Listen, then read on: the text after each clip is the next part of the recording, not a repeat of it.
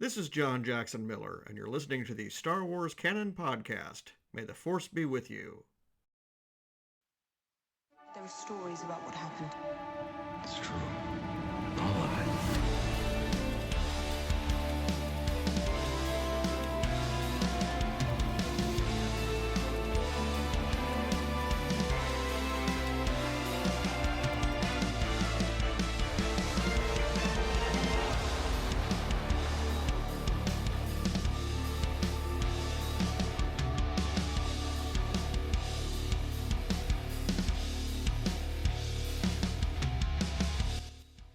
Hello, everyone, and welcome to this episode of the Star Wars Canon Podcast, episode number 82. Is that right? I think it's 82 now.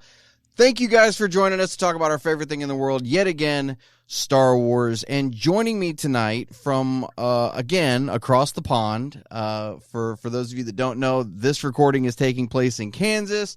And joining us from Cairo, Egypt, is my faithful Wookiee co-pilot, Usef Waly. How are you doing tonight, brother? Listen, we got pyramids, we got pharaohs, we got sand, lots of sand, and we got Star Wars fans. What's not to love?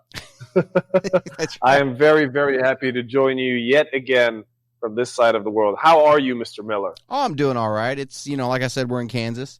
It's raining outside. It's storming. There's storms coming. I was driving in storms on the way home from work and lightning trying to hit the car. They kept missing, but we made it. We're going to record. We're going to sit down and talk some Star Wars tonight. Good. It's clear skies over here. Super hot, but clear skies. Must be nice.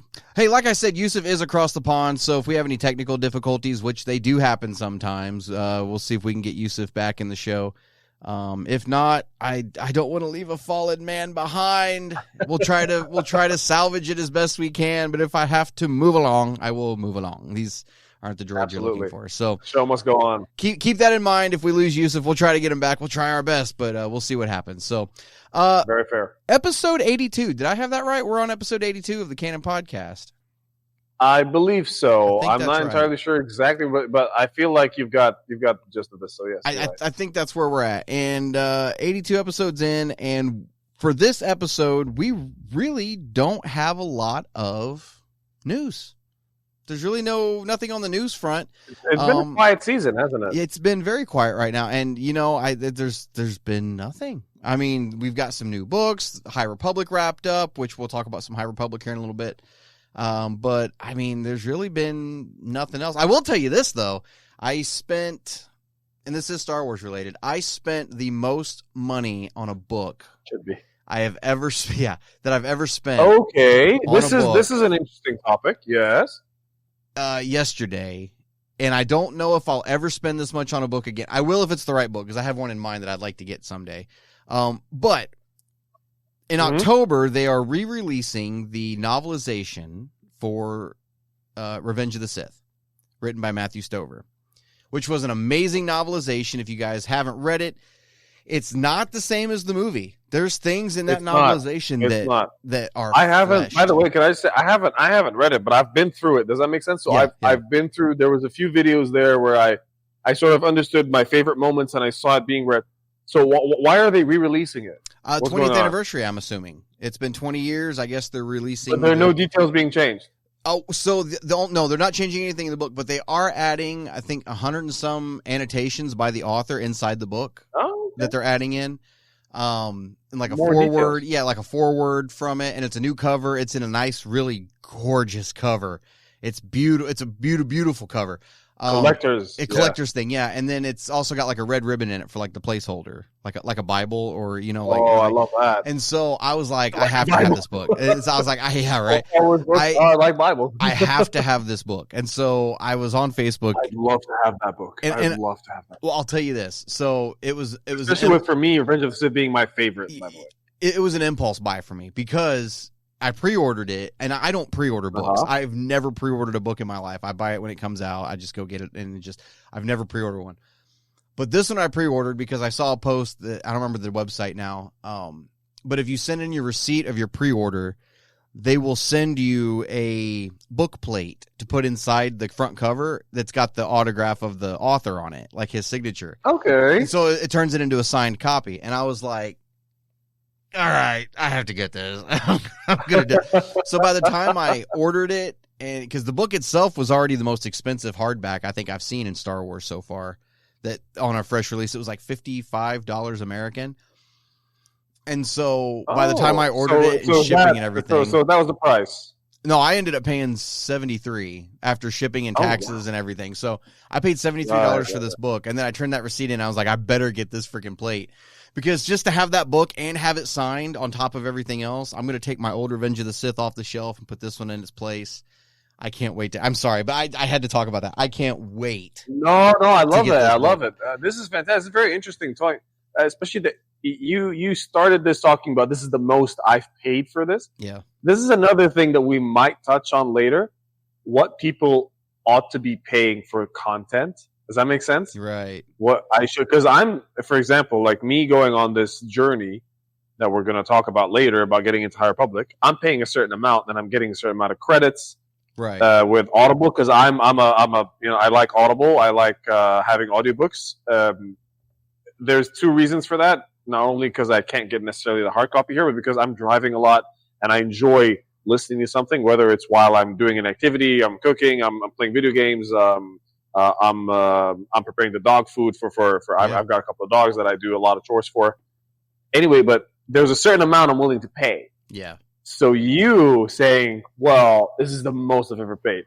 And if we actually turn this into another conversation of, hey, so there's a lot of content. If you to access it, you got to pay something to get there, which is exactly how we get into content, because we're not all willing to be pirates here and like, get into piracy and pirated content and all that. So yeah, this is a very interesting point you touch on. There's only one other book that I have in mind that I would spend that kind of money on, and maybe more than that. And it's, I just discovered it. I didn't know this was even a thing until recently. And then right after I found out about it, I ran into somebody through work that has it, and I never knew it existed. I can't even say it's a Legends novel. It's a Star Wars novel that was written back in like the 90s that never officially got published, but it was finished. And so the author ended up leaking it on, or putting it online you can read it online for free. It's called Heart of the Jedi. You can find it, and it's Heart of the Jedi. Heart of the Jedi. And I've read it. It's not even very good. It's kind of a crappy book, honestly. But it's not Legends. It's not canon. It's not anything. It's not public. Yeah, it's not anything. So, but somebody out there has taken upon themselves to start producing paperbacks of it with like cover art and everything. And this guy I ran into through work, we kind of got on the subject of Star Wars, and he was like, dude, come look at this. And he showed me his room, and he's just got like all these Star Wars books everywhere. He's got canon and Legends and like Action Fleet toys from the 90s, and he's got like all this other stuff. But he was like, here's my crown jewel. And he pulls down a paperback copy of Heart of the Jedi. And I'm like, holy crap. And he said he paid like $105 for it, for a paperback. And I'm like, I really want it. Like, I won't even read it again, obviously. I just want it to be able to say, I've got one. I have a copy of it. That's more than the most premium video game I've ever bought. Yeah, I've never, well, no, I can't say that. Can I? No, I can't say that. I think I've spent $120 on a game. The most premium video game I've ever bought was Metal Gear Phantom Pain, Metal Gear Solid 5 Phantom Pain at $85. That is the most. And regularly, I'm a guy that plays soccer games. So FIFA previously, FC 25 now, FC 26 coming out pre-order. That's out for $80. Yeah. But that's the most, and that's the ultimate edition. Like the standard is like 65 or 70 or something. Yeah. Anyway, but which is exactly. So you're hearing that. So even with the deluxe edition, with the pre-art, with the God of War stuff that I did and everything, I've never paid as much as $105. Yeah, for a paperback of all things. Very interesting. For a paperback, for a novel that wasn't even released. Yeah, that's amazing. For a paperback. But listen, it is a collector's item, though. Yeah. Wouldn't it be? That's some people's holy grail. And I didn't even know your friend said it was his crown jewel. I had no idea it even existed until like a month and a half ago. And then 2 weeks ago, I see one in the wild for the first time, and I had no idea. And then it makes me wonder how many times I've seen one, because Kirsty and I go to bookstores quite often, like old antique bookstores and stuff like that. And, nice, very cool. And I just go through and find, a bookworm like crazy. And so I wonder how many times I've seen a copy of it and didn't realize what it was. And then just walked on past it thinking, oh, that looks stupid. And just kept on going. You know what I mean? Like, and then when I read it online, there was no cover art or anything. And so I don't put titles together for Legend stuff. And I read it, 10 years ago. And What's the book about? Oh, it's a Han, Luke, and Leia book, and it's like right after, I think it's like right after Return of the Jedi. Like I said, it's been 10 years since I read it. But I was like, I don't know. Like, it's just, anyway. No, but it never happened. Like, even in Legends, it's not a part of Legends timeline. It's not canon timeline. It's not freaking anything. So it doesn't even like refer to an event that everybody else refers to, but nobody's explained it. And this book explains it, but this book was never published, so we're never getting an explanation for this event. It's nothing that intricate. I don't remember. Did I have slept since I read it? I don't know. Well, if you don't remember that, it's not I've that slept important. since I read Heir to the Jedi for the second time, and I don't remember the most of that one either because I chose to stop remembering it. So, but anyway, I thought that was good content, listeners. Yeah, I thought that was kind of cool. You're seeing what I'll sell out for is what you'll do. What you're saying. Okay, so there is one thing we can kind of talk about. I don't call it news, but it is kind of a neat little reveal. No, it's fantastic. This amazing tidbit is not a little one. It's actually pretty interesting. Yeah. So they put out the first screenshot of Ezra Bridger from AHSOKA season 2, and we knew he was going to be in it. We knew who the casting was. We've already seen him before. He should be a big part of it as well. Absolutely. But it's just cool to see. It's just cool to see that they're in production for, and that's the takeaway. It's not even that you get to see Ezra in a really cool blue jacket, which he looks great. Are his eyes actually that blue, or do they give him contacts to match Ezra from the show? I have no idea because I don't know. His name is Iman something. He seems like a really cool cat, like a nice guy. You know what I mean? Like he seems like a very chill, nice guy. I have no idea what his actual eye color is, but to be honest, he really fits the Ezra role perfectly. I felt like he was really well cast. Yeah, we all did. Nobody had any complaints about him fitting Ezra. Nothing. Especially that Ezra's grown. So one of the major things that people talked about, especially with two of the guys that I know over here, really, really huge Star Wars fans. They're Egyptian, and they said, well, he's not a kid anymore. And that's not nice. We wanted our Ezra. I'm like, yeah, but a lot of time has passed, brothers. Like, seriously. Yeah. So we haven't. So we briefly talked about this before we logged on. How much time has passed? Roughly 10 to 15 years. Yeah, something like that from when he disappeared in Rebels. I think it's something like 10 or 15 years. Yeah, at this point. So because at this point we're like 7. I don't know. It's kind of fuzzy because they've given different timelines for like how far we are past Jedi at this point. I'm thinking it's like 7 or 8 years, and so I'm thinking we're like 10 or 15 years post at least. Rebels. Yeah. So, I mean, well, look at Jason Syndulla. How old do you think he is? Yeah. Probably, 12, 13. So, I mean, that's kind of the time scale you could put on it right there. But yeah, no, I think, and what's funny is, and I thought this was absolutely hilarious. Maybe it's the autism that put this together.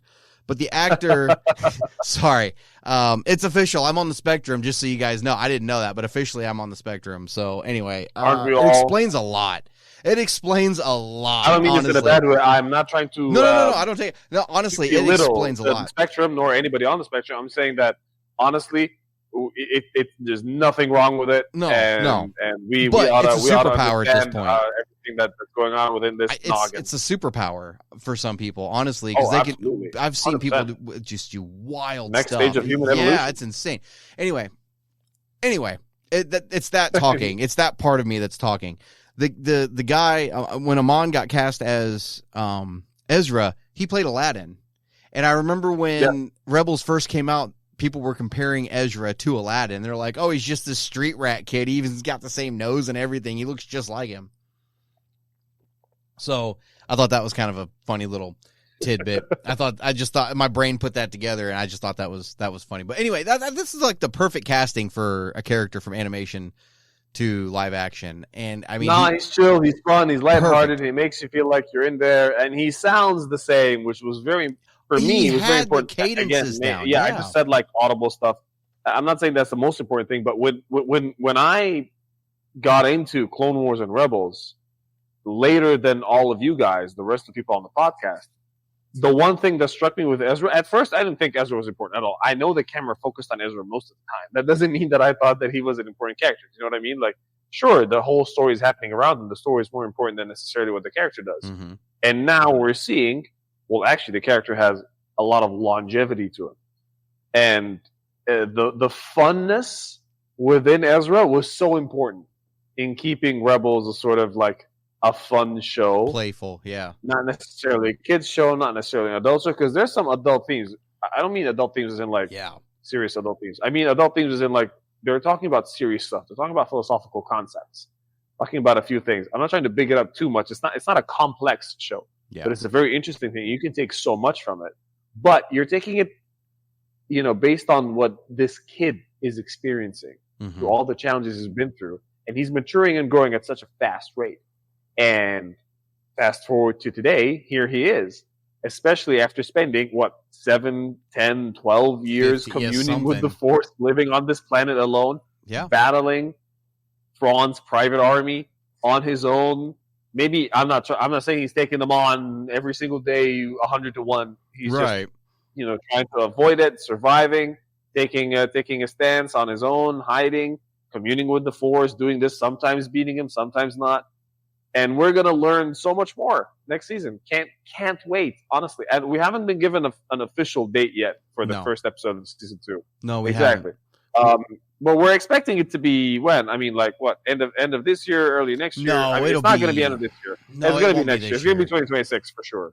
If it is 26, it'll be late 26. I would hope May the 4th at most. We won't make it. I would hope January or February. We won't make that. That's less. It won't. That's less than a year. It won't make May. That's less than a year out. And I mean, they just started filming. If it is 2026, it's going to be late 2026. We're looking at 27 before we get this. Don't break my heart, Brian. Now it could be early 27, but I'm going to say 2027 is when we're getting it. Because, I mean, we're already over halfway through 2025. I mean, we're almost to 26 already. So we're closer to 26 now than we are what we were on 24. Not enough Star Wars content. I know, man. It's great. But no, I mean, for us. Yeah, right. But yeah, no, I think it was a cool picture they put out. He looks more like Ezra now than ever before. Now that he's got the beard shaved off, he's got the same messy hair he had in seasons 1 and 2 of Rebels. He's even got the little scars on his cheek from Rebels. Have you noticed that? He's got the two little. Yeah. So it was really cool just to see it and kind of it gives it it makes it tangible. It makes you realize it's real. It's happening again. We're getting another season of Ahsoka. So I thought it was a really cool. His costume as well looked really cool, like the whole gear, the setting he's in. I mean, there's not too many clues to pick out from the photo. It looked very tantive. It did look very tantive. It just looked really good. Yeah. It looked very New Republic. So I'm excited for it. Well, I can't wait to get Ahsoka season 2. So, Usef, since there's not a whole lot left to talk about, we've got a couple of book reviews we're going to do here in a minute, and some mailbag questions. But before we get into all that, let's take the next step in your villain bracket into the next category. We're gonna do it early. Yeah, we're gonna do it early. We're gonna do this. Explain for everybody what your villain bracket is. Would you like to explain it this time? I can if you would like me to. I haven't got a chance to do it. I do it every time. I'm going to channel my inner Usef. I bore our listeners to death. No.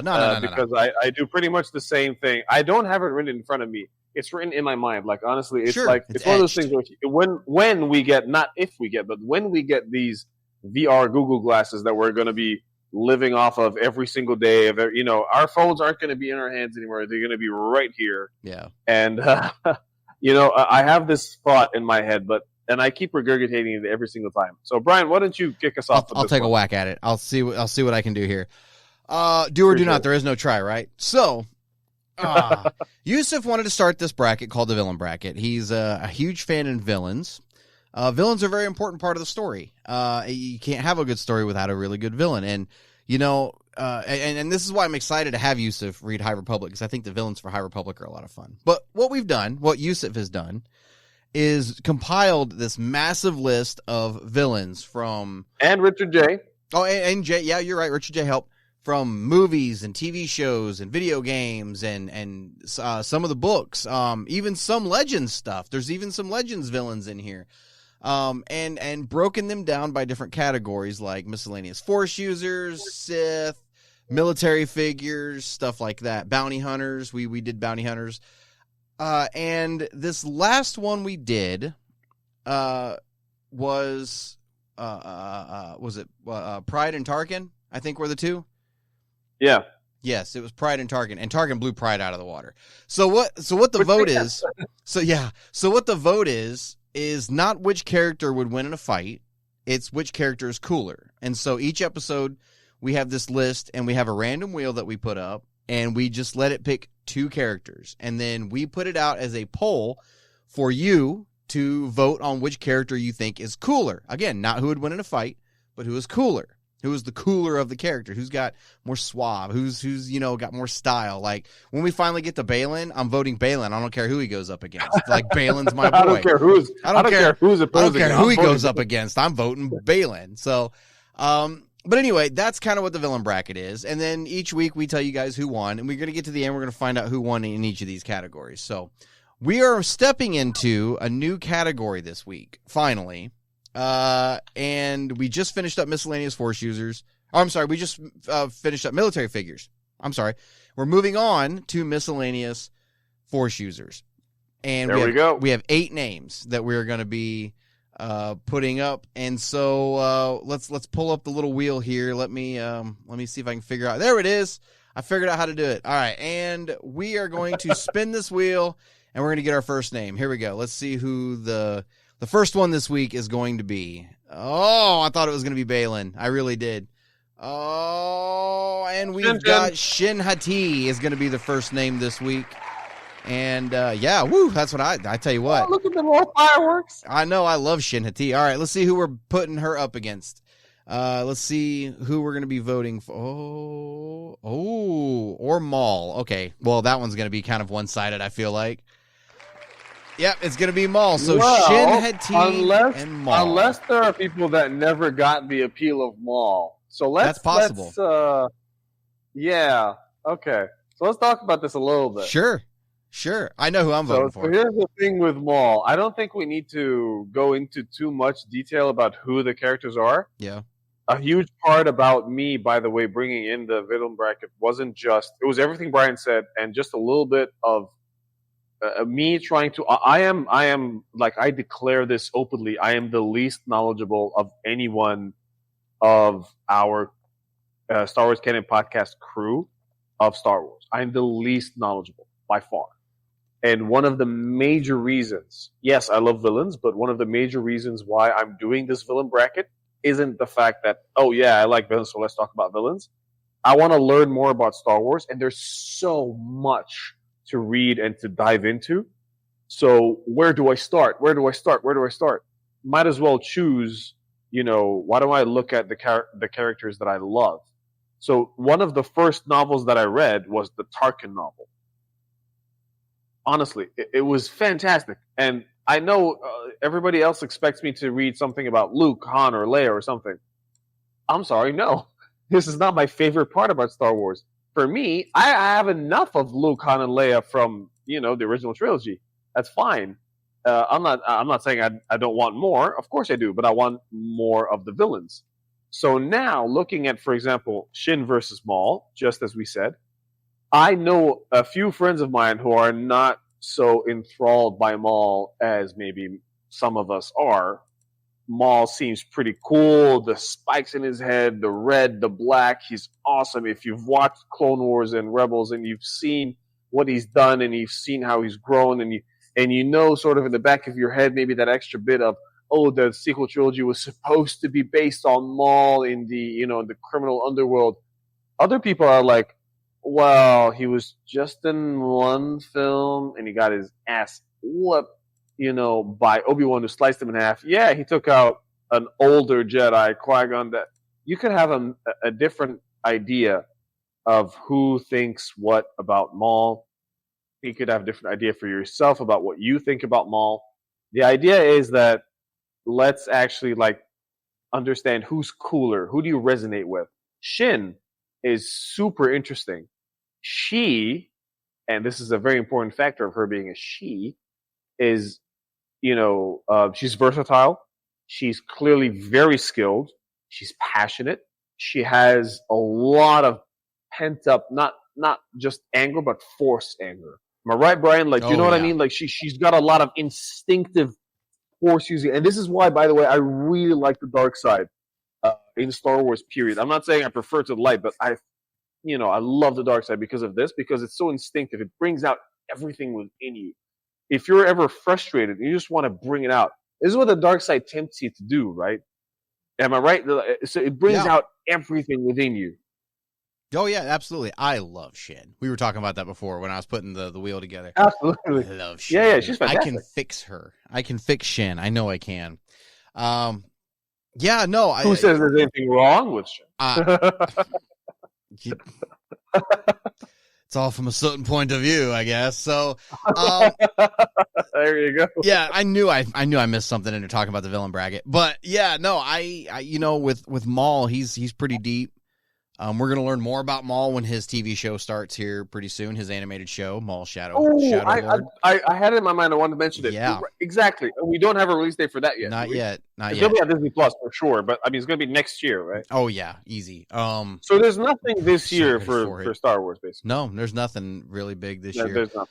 Anyway, so Darth Maul's getting his own animated show. Yes, and it's that's kind of a one-sided fight because we have all this Maul stuff from Episode 1, from Clone Wars, from Rebels, the upcoming Maul Shadow Lord. I'm really surprised we haven't got a Maul novel yet, honestly, in canon. That's just him. But he has plenty of comics. That's why. But there are comic runs. You're right. He's got Darth Maul Black, White, and Red. He had his self-titled one. Like he had all these different runs. Absolutely. I'm waiting. The one novel that I wanted, I expected this novel to appear within my searches. I just never found it there. I wanted to see a novel where Maul is teaching Savage Opress. Oh yeah, that'd be fun. Yeah, They touched on some in Clone Wars, but I sort of expected that to happen, but it never happened. It was in the back of my mind. It just never happened. Do you remember when I was like book hunting a while back, about like a few months ago? Well, many months ago, maybe like 10 months ago, almost a year ago. But yeah, and I was book hunting, and I had all these books, and I kept showing you pictures of them, you and the group and everyone. That's one of the books I was like, oh, I'm sure going to find it. Yeah. It's not there. Not even a comic. That's not even a comic series. Yeah. Yeah. So Maul's got all this other content, and Shin Hati has only ever been in Ahsoka. That's all we have. We only have just like 8 episodes with her in it. So comparing the two on which one's cooler is kind of hard to do because it's kind of, like I said, it's kind of one-sided, and I know who I really want to vote for. She's Bailey's student to a large extent. Yeah, yeah. I want to vote for her so bad because I'm like physically love her, and then, but I gotta say who I'm going to vote for. Okay, so you got to tell me who you're going to vote for. I think I'm going to vote Maul on this one. Who do you think you're going to vote for? So here's the thing. I mean, I like everything you said, and Shin, honestly, she hasn't had a lot of. She's mine. Back off. I saw her first. She's quite a new character as well. I mean, literally new. I do love everything Maul has to offer, and Maul has. Even without Star Wars content in this decade or in the past 2 decades, when Maul came out in 1999, he was still such a huge impact on villains. He said 3 words. Wasn't he? Everybody was like, he's fantastic. He's great. So there's this whole aura about Maul. So this might be, unfortunately, one-sided. Yeah. But I would love to hear people that actually want to vote for shit and tell us, drop us in the comments, send us emails. Yeah. I'm not saying it's totally one-sided. I'm just saying for some people it might be. But Shin's got some good qualities too. You were talking about how versatile she is and passionate. She's, when you look at her and Baylan side by side, I think I said this on the last episode. When you look at them side by side, Baylan is cool, calm, collected. He's the stoic, and then Shin is the wild cat on the leash that Baylan is holding, just waiting to let her go. Absolutely. That's what she's a wild animal, and there's a lot of potential there for her as a character. And I mean, if they ever come and announce they're doing a Baylan and Shin novel, remember? So, oh god, it's been a while. I mentioned, maybe it was when I was on Newsnet. my days all run together. I'm sorry. Maybe it was when I was on Newsnet. I was talking about how I wanted to see a novel series because we don't see a lot of series. We see a couple of trilogies and a couple of duologies in canon, but we don't see like series of novels where one author sits down and just tells this massive long story. Like in Legends, you had the X-Wing series, you had the new Jedi Order series, you had all these different runs. You don't see that in canon. And there's one I would really like to see, and it could be like an anthology set called Master and Apprentice. And we already have the Qui-Gon and Obi-Wan one. Oh, yes. That would be really cool. And what's cool, you don't have to just stick with Jedi. You could do Sith Lords also. You could do Palpatine and Dooku. You could do a whole novel about them. You could do... we had Lords of the Sith, which is basically a Palpatine and Vader novel. I am almost giddy. My God. You could... the made a possibilities are endless. Point. You could even do an Ahsoka... and Sabine novel to kind of explain what happened there, Master and Apprentice. You could do a Luke Skywalker and Ben Solo novel, which I would pick up in a heartbeat. You could do a Yoda and Luke novel. You could do a Loda. You could do Loda. You could do a Yoda and Luke. Yeah, you could. Your point is fantastic. You could do all kinds of stuff. Yes, thank you for that. And I want to see a Balin and Shin. You like yesterday. I want to see a Balin and Shin. I want a Balin and Shin novel. I so do. Absolutely. No, you're absolutely right. Like this whole because honestly, think about it. What you just said right now. So much of Star Wars is Master Apprentice, Master Apprentice, Master Apprentice in all eras, including Yoda Dooku. That would be a fun one. I'm serious. You could even do some High Republic stuff with like Vernestra and Stellan Jost. You could do Dooku and Qui-Gon. I mean, you could do a generational thing where you could start at the beginning and just start doing Master and Apprentice and just do one adventure, one mission with each of you know what I'm saying? Like, just that would be so good. I think that'd be a lot of fun. I think that'd be so much fun. That would be fantastic. That would be so much fun. That would be so intuitive, and it would be fantastic. It would be such a cool. This would be a great way for them to bring you insert yourself into their thinking. Sorry, yeah. No, you're good. This would be another great way to bring in Darth Bane, which I know he's already canon by name, but to bring the character in and flesh him out with Darth Xana, and you could tell that whole story again. Just do a canon version of the Darth Bane trilogy. Yeah, you could do all kinds of, and possibilities are endless. I mean, endless. Well done, man. Seriously. You could do an Anakin Ahsoka novel. Idea. I'm dead serious. You could do an Anakin Ahsoka novel where they ended up on a mission somewhere between Clone Wars episodes. One novel, you're going to do an Anakin Ahsoka trilogy, my friend. You could do Obi-Wan and Anakin. You could do a whole novel of Obi-Wan and Anakin. We've already had one, Brotherhood. It was great. That was a great novel. Then Qui-Gon, Qui-Gon, Obi-Wan. We have that one. We have Qui-Gon and Obi-Wan. Yeah. I love that one that I read. Qui-Gon to Obi-Wan that was fantastic. There's so many. I mean, you could even dip your toes into. I mean, you could test the waters to even do like a Star Killer with Vader, like Vader having a secret Star apprentice. You know what I mean? Technically, it is canon. Well, it's not. It's not canon. Star Killer's not canon. It is. Nope. The video game is canon. Nope. They said so when they bought. No. Nope. So wait, when Disney bought Lucasfilm, and they were like, "Well, this is what's canon, this is what isn't." Yeah. The Starkiller, Force Unleashed, 1 and 2 was not. Oh no, wasn't brought over. Sadly, I know. I too was very upset. You could even do like a Revan and Malak. I'm more disappointed in Disney than I was a few seconds ago. I know. I'm sorry. I didn't mean to burst your bubble. You could do a Revan and Malak novel from Old Republic. Per se, but I'm so upset. Ooh, Revan. Wait. I heard Revan. Hang on. You could do a Revan and Malak novel. Oh, yes. For Master and Apprentice. I mean, you could do this whole Master and Apprentice thing and show the lineage, basically. Like, because Sabine's training is the same lineage as Yoda. That's the same training. It was Yoda to Dooku, Dooku to Qui-Gon, Qui-Gon to Obi-Wan, Obi-Wan to Obi-Wan to Anakin, Anakin to Ahsoka, Ahsoka to Sabine. I mean, they're connected. Sabine and Yoda are connected through this training lineage. And so it would be really cool to see something like that. And like you said, a Darth Maul and Savage Opress one. Have it pick up at the end of one of the Clone Wars episodes because they went and disappeared for a little bit. And then just have the novel take place during that time. You could do a lot of it. So in Clone Wars, the reason why, like, it's so strange that I immediately come up with this thing because I was literally novel shopping a year ago. And I was sharing this thing with you guys. Like, I'm shopping, I'm at a store. I was in London. I was at this, like, nerdy, amazing store and everything. About around the same time when I visited Richard J. in Wales, And there I was, like, looking at books, and I was like, oh, I'm sure there's going to be a Darth Maul and Savage Press one, right? Even if it's not in stock, just let me know what it is, and I'll order it, and it'll get home in time. What? It's not. It hasn't even been written. And my favorite thing in Clone Wars was, which villain are we seeing our heroes fight next? Yeah. You know what I mean? Because there were a bunch of them. It's great to see our heroes, because Clone Wars follows the heroes, and it's fantastic. And the droids, of course. Yeah. But it's all about, let's see the backstory of this villain now. Let's see the backstory of this villain now. That's great. Build him up for me so we can see what it takes to beat him down and to be victorious against them. And that's how stories work, right? Yeah. Well, I mean, I never saw Maul become more than just some guy who got beaten on screen. I want to see the emphasis behind him. And then Savage Press, the same thing. Savage Press seemed like a lackey, even though he was so much more than that, but you couldn't feel that. Yeah. I'll tell you another one that would be fun, and it's not even a Force user. It would be Dooku and Grievous. You could do the origins of Grievous in a novel and get into it and all that. So Grievous is a whole can of worms.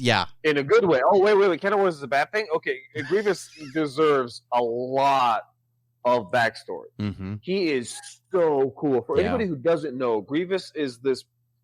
So you've seen Grievous. Everybody's seen Grievous. Everybody knows Grievous from Episode 3, but you've seen him also in Clone Wars. He's not a droid. He was a person. Yeah. He was a biological person that, bit by bit, he turned into a cyborg, and then he became mostly droid. Oh my God! I know, it's pretty cool. This. And then eventually, he gets taught by a Jedi turned evil. Count Dooku, to put it short, Count Dooku is a Jedi turned evil. That's not the whole story of Dooku at all. But yes, essentially that's what it is. To the extent that Grievous's goal at one point is collecting lightsabers. That's why he has so many lightsabers on him. Because when he defeats the Jedi that he defeats, he takes their lightsaber and puts it within his toolkit. It's fantastic. Yeah. So no, Grievous deserves so much more backstory. You need to dive in. Brian, this is the reason why you're the Grandmaster of the Star Wars Canon Podcast. And maybe every other podcast that there ever was. I don't know about all that, but I think that'd be a really fun book series to get into. And I'd love to get my Claudia Gray to write them because I love my Claudia Gray. Anyway, that was just a thought. So that's the villain bracket for this week. We got Shin Hati versus Darth Maul. So guys, go to our Facebook page, go to our YouTube channel, and go to our Twitter account. All the links are going to be below on whatever platform you're listening or watching this podcast on. Go and cast your vote. Next episode, we will sit down and say who won. You guys get to decide. I'm willing to bet it's going to be Maul, but I got to give my girl a run. I got to give her some faith. I hope she wins. I actually hope she wins. That would be awesome. That'd make me so happy. You know what? You should vote for her. I should, just to spit in everybody else's face. I'm just going to, it's my girl. All right. So, villain brackets out of the way. Usef, let's get into some of these book reviews. So it's been about a month since we did an episode. Life got in the way. We had a hard time finding time to sit down and record an episode together. So we're here tonight, and we've had enough time. We've read a couple of pieces of canon for the High Republic. For those of you that don't know, Usef has not read the High Republic yet. And we are sitting down together on this journey, starting with Phase 2 of the High Republic and working our way all the way through. Because I don't know if you know this, High Republic was released in 3 phases, and Phase 1, and then it went back to Phase 2, and then it went past Phase 1 to Phase 3, just like the trilogies. It was insane how they... So Brian is taking me through this tour chronologically. Yes, so we're starting with Phase 2. The last episode, we reviewed a short story that kicks off the entire Star Wars timeline at this point. As of right now, it's the very beginning of the Star Wars galaxy earliest timeline. Piece of, yeah.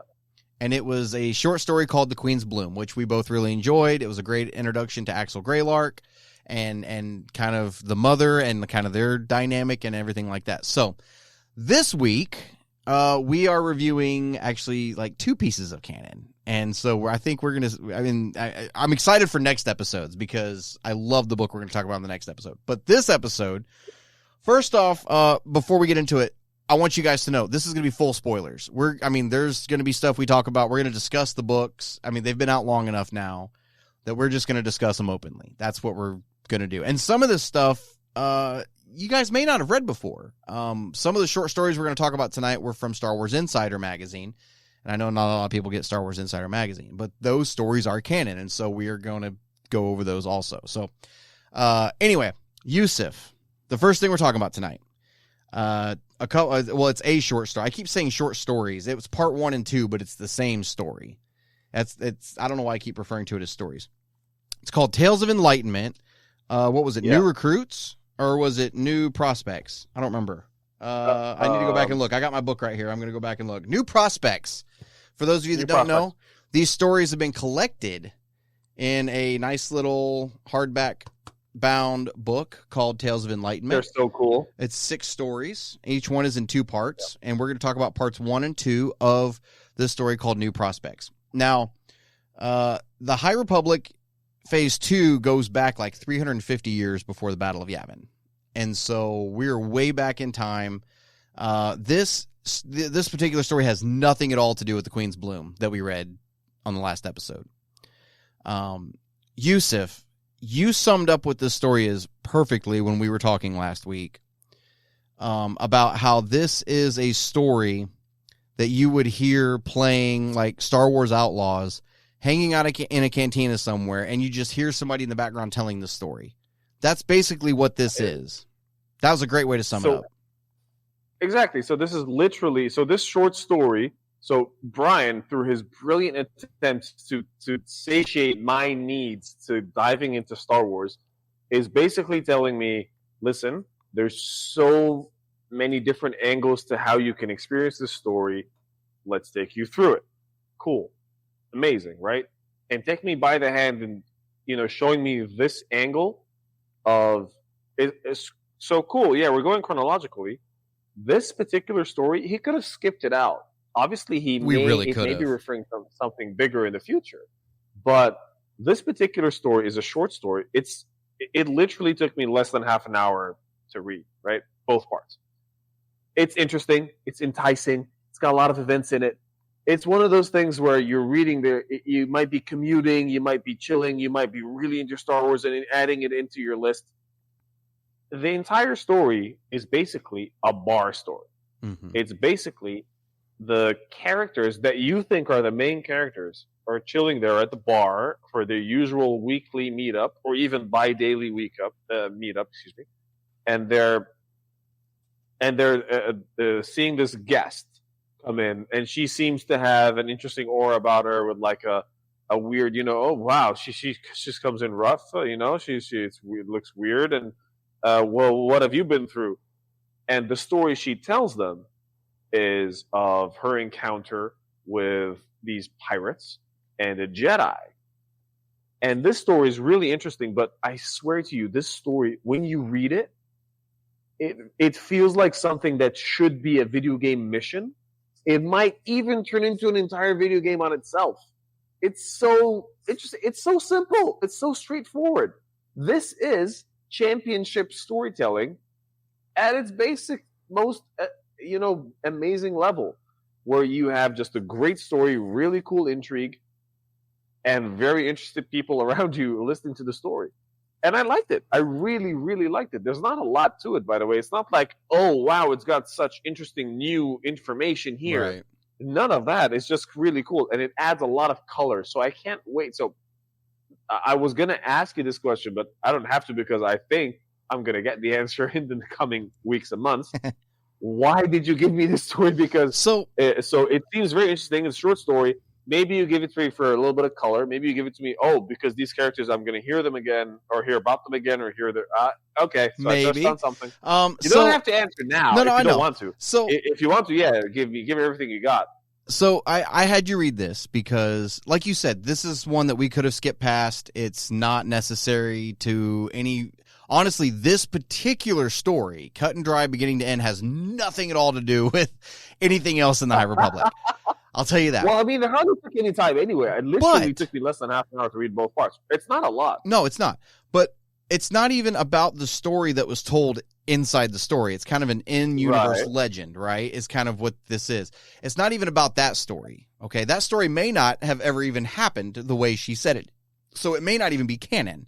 It's just what might be she lying. said. Right. But I mean, at the end of the story, she does have evidence to back up that something did happen. Consider that she might not be telling the truth. Actually. Right. But she does have evidence at the end that backs up that something did happen. It just may not have happened the way she said it did. So the whole point of having you read this story was to introduce you to these characters that are sitting around in this bar. Okay. The cool thing with the High Republic in phase 2, sorry. With phase 2 is all these little pieces are all over the place. And by the time there's what's different about phase 2 with the rest than with the rest of the High Republic, phase 2 has a big climax event in the middle of it also. There's one big event that happens in the middle of phase 2, and I'll tell you what it is, and you're going to be like, oh, and it's called the Battle of Jeddah. And so there's this massive battle that happens on Jeddah, and we'll get to that. But these characters, this story takes place on Jeddah. The bar is called Enlightenment. It's in Jeddah City, which we know Jeddah from Rogue One. And this bar is going to end up coming back in, and some of these characters are going to come back in some of the comics we're going to read later on when we get into the Battle of Jeddah. Some of these characters are going to pop back up, and you're actually going to see them, and you're going to see the fates of some of them. You're going to see some of them kicking in and helping in this battle and stuff like that. So this story is more of an introduction to those characters, mainly to, what was the kid's name? Keth Sarapath. And he's a guardian of the wills, basically. He worked for the Temple of Kyber. So he technically works for the Jedi. Right. So, well, not for the Jedi, for all Force users. All Force users. Excuse me. Yeah. So that's really all this story was. And it's just them sitting around listening to this story by this spacer. Yeah. Yep. So, they're sitting in this bar called Enlightenment is where they're hanging out. And so I just want you to take this story for what it was. All right. And I want you to remember this bar, Enlightenment. And I want you to remember, what was the name of the bartender? The weird insect thing. Oh. What was his name? He called himself by Kraton. Kraton was his name. He refers to himself in third person. He pops up in the he pops up in the comics. I have it in my notes somewhere because he seemed pretty cool. Yeah, no, he's pretty cool, and he pops up in the comics. And I think, if I'm not mistaken, it's so small. By the way, if you ask me why he seemed pretty cool, even though it's such a short story, it's so interesting how there's one line in there. This is really good storytelling, and I need to write down the author of this story So it's one line of him being just sort of gruff, It's George Mann, whatever, bartender, and then all of a sudden he's throwing in an ear and looking at him while carefully repolishing a glass. So he's clearly he doesn't need to repolish that glass. But he's listening, and he's doing it again, doing the bartender so he can thing. do that while he's looking at it. And I love those interesting characters. Yeah, and if I remember right, I think he pops up in the audio drama for the Battle of Jeddah. I'm pretty sure he does pop up, and so. The reason I'm having you read this is because the Battle of Jeddah is going to be this massive event that we're going to spend several episodes talking about, because we're going to have to read. It takes place over. It's got its own audio drama to listen to. There's comics that cross over with it. There's a novel that crosses over with it. Some of these short stories cross over with it. There's just so much with the Battle of Jeddah and so many different points of view when that's taking place. So many things are going on all over the entire city simultaneously. And so this is laying the foundation for stuff that we're going to see later on. All right. Nice. So, can't wait. So this short story was called New Prospects. You can find it in Star Wars Insider, or you can find it in this hardback book called Tales of Enlightenment. Nice. And it's a collection of 6 stories. We'll end up getting through all of them. And I love the artwork on the front. It's even got one of those creatures you ride in Jedi Survivor. On Jeddah, the big tall things. I love the artwork in it. So that's that story. I really enjoyed it. And the thing that's really hard to do reviewing stories with the High Republic is you kind of can't say, well, you can skip this one because it wasn't that good.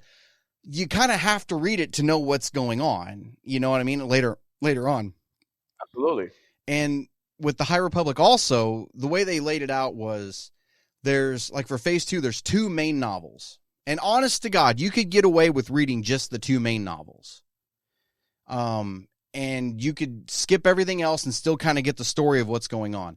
But they've added all these other little books in between, fleshing things out and stuff like that. And so, honestly, we could read 5 books and be done with High Republic's phases 2 and 1. but you wouldn't know half of what was going on in the background. You know what I mean? What was actually going on? Right. So, I can't say, hey, skip these stories. I could say that. I guess you could kind of skip these. If you had to skip anything, these would be the ones to skip. But don't, man. Let this universe build out at this time period and everything, this timeline, build it out and like just get to know all these characters. No, I'm absolutely loving the color. I'm absolutely loving the filling in, because otherwise the universe, the world building, it feels bland. Yeah. Because, and also, I asked myself this question, and my wife was also asking me, like, okay, but you're doing all this, like background reading, but all you know is Star Wars. Actually, I don't, because Star Wars isn't Star Wars. Star Wars is these characters with this empire, with everything going around them now. If the era changes, if the phase changes, then there's something else going on. Sure, we know some basics. We know some things about the Force. We know some things about the fact that Yoda's alive always. But the whole point is that you understand what I mean. Like when you gotta revisit the setting that you're in. What are the actual dynamics? Yep. So the other book we were going to review is the first proper novel in the High Republic and in Star Wars canon.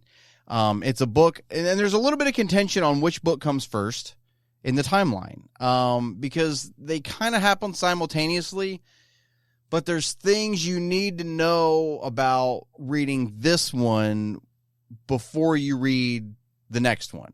And so if you look at their timeline, they actually have the novel Convergence before this one. And Convergence is the main novel of this half of the phase, and so this is kind of a companion book to it. But I think it makes more sense to read this one first. But we're going to be talking about Path of Deceit tonight. This is the middle grade novel for phase 2, the first of 2. And I gotta say, right off the rip, I really enjoyed this book.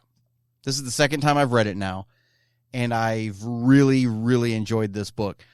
So this one is written by Tessa Gratton and Justina Ireland, which I'm not a huge fan of Justina Ireland. She did that Ray book, and I was just like, but there's a Ray book she did. It was just like, okay, whatever. Anyway, but this book, the first time I read it, I really enjoyed it. The second time I read it, this time with you, I enjoyed it even more. Usef, this is the first of the phase 2 novels that you've picked up. Before we get into what happens in the book and everything like that, what are your general thoughts on this one? Very fun, very easy to read through. If that makes sense, like yes. It's an easy read. It's not convoluted. It's not inflated with all these different like descriptions and descriptive scenes and all that.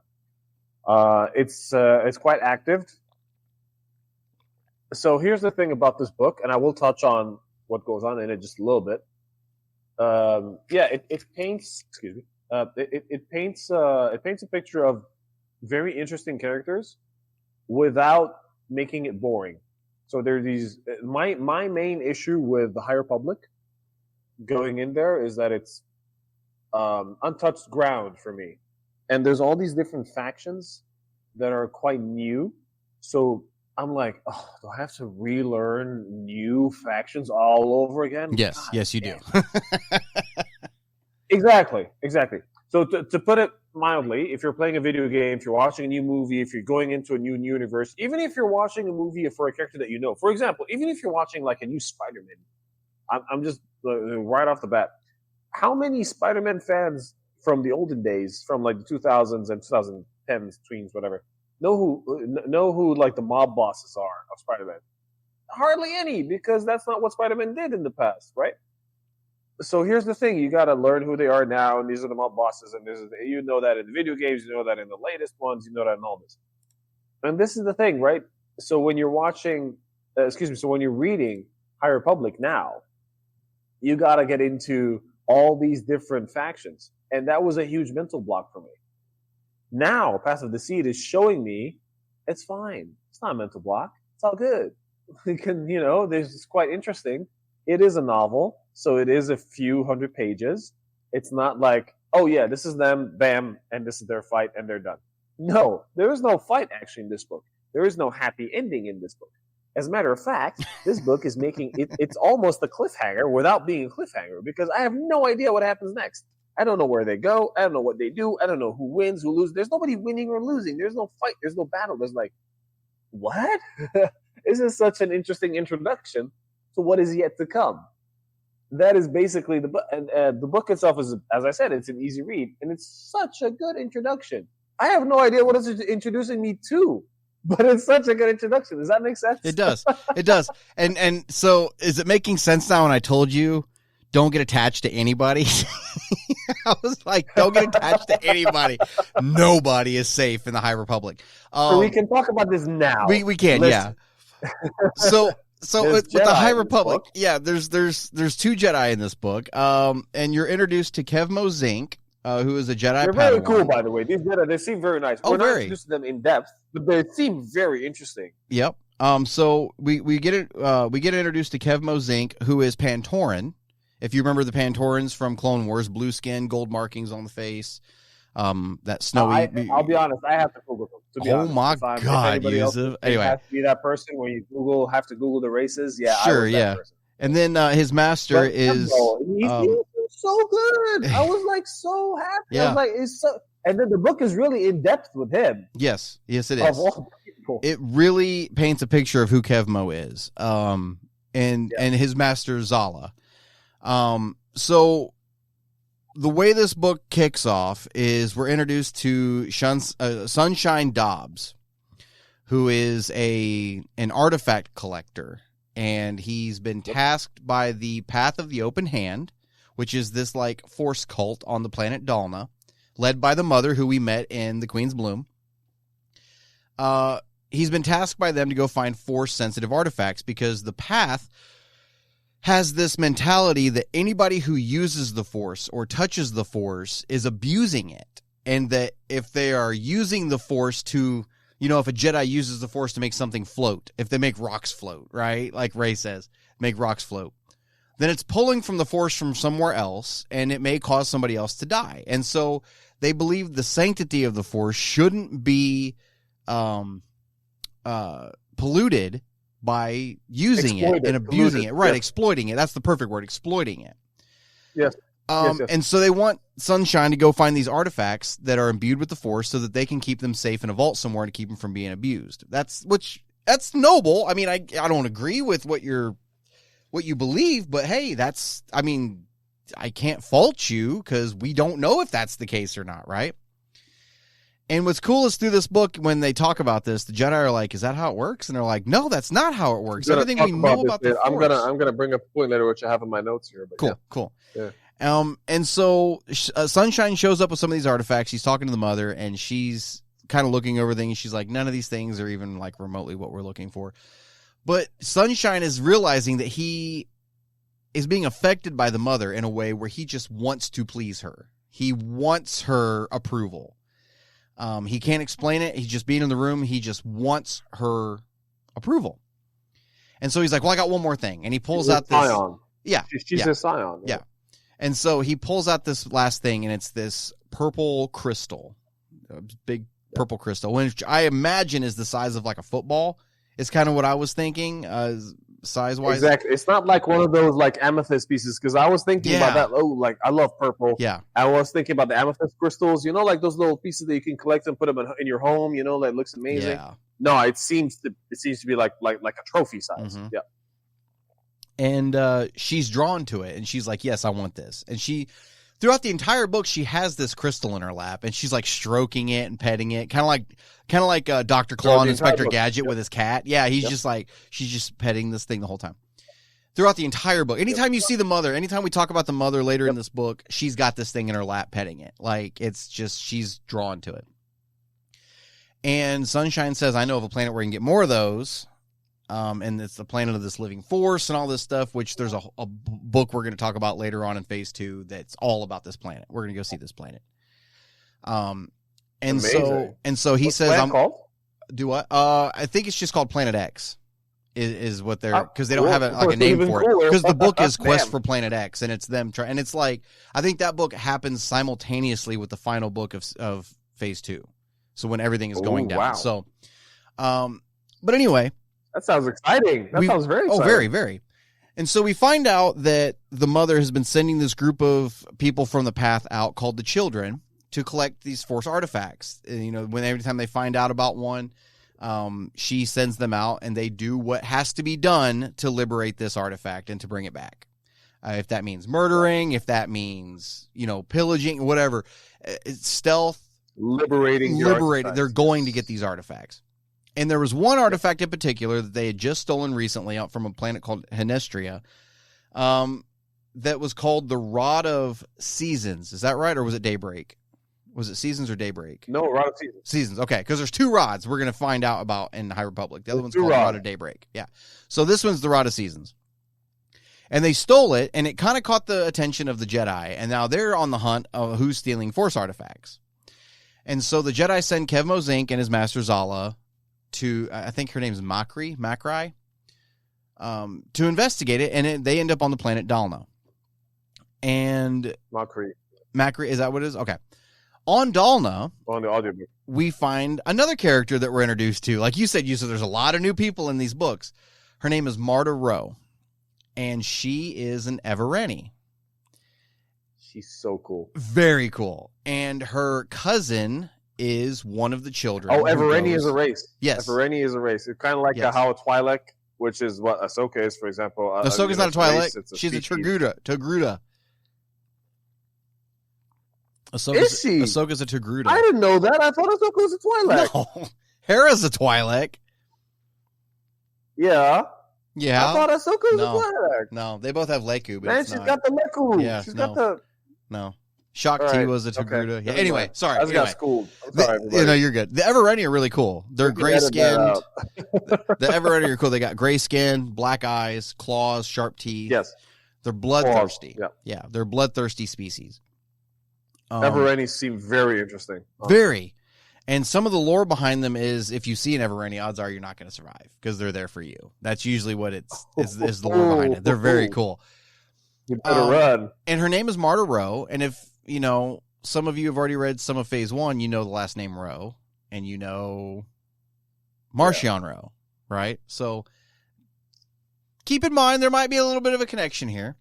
But she is with the Children of the Path, and she meets Kevmo.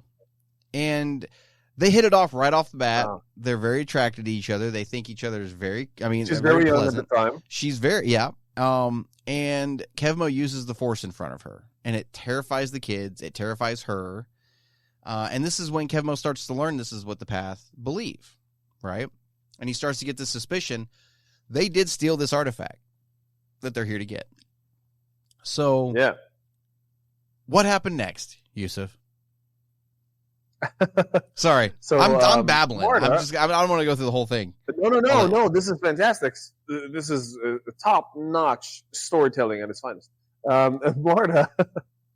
No, yeah, honestly, everything you said is quite detailed because Marta, on this side, so when Kevmo is using the Force, Marta is terrified. Kevmo doesn't do anything bad with the Force, or malicious. Yeah, he just uses it, yeah. But they're all terrified. They're like, no. This is not what the Force is supposed to be used for. Oh, so you're a Jedi. And they're like, so many of them have these different misconceptions, preconceptions of what it is. Eventually, when Marta interacts with Kevmo and she meets him, and they actually, she brings him in and they start talking about, well, this is the path. This is what's going on. This is what we think. You get to see, and this is why Kevmo is very interesting in the book, because you get to see Kevmo's thinking of a Jedi, which is what we're used to seeing, which is what I'm used to seeing, having not been introduced to High Republic. Well, this is what Kevmo sees. Okay, why are these weird people saying that, we're ruining the balance just by using the Force? Isn't the Force there to be used? Aren't we part of the Force? Why am I strong with the Force in the first place? I'm going to be talking about this later after we talk about this book. But anyway, so Marta has this huge, beautiful debate with Kevmo. it's not all encompassing as a debate, but it's so cool to see her side of it and his side of it as well. It's not black and white. It's nowhere near black and Yeah. white. It's fantastic. It's lovely. And they don't touch on everything. It's not, I mean, it's only a small book at the end of the day. It's just a novel. But it's so interesting to see her perspective. And for me, as someone who loves the Force and someone who loves the Sith and Jedi, to read this. Anyway, we keep going. And the Path, along the same line, at the same time when this is happening, the Path find another artifact that they're trying to steal, that they want to steal. And eventually, I don't want to go too long into this, so I'll try to cut it short. But Brian, you're going to have to correct me if I'm missing something, because I might miss a detail here that's important for us to tell our audience. Basically, the Path and the mother of the Path, she's pretty cutthroat. She has no qualms with people dying on these missions to steal these artifacts. She has no issues with actually sending her own, the loyalist agents within the Path to go and make sure that they get the artifact and slaughter anybody else that she doesn't like. Essentially, that's what happens on this mission.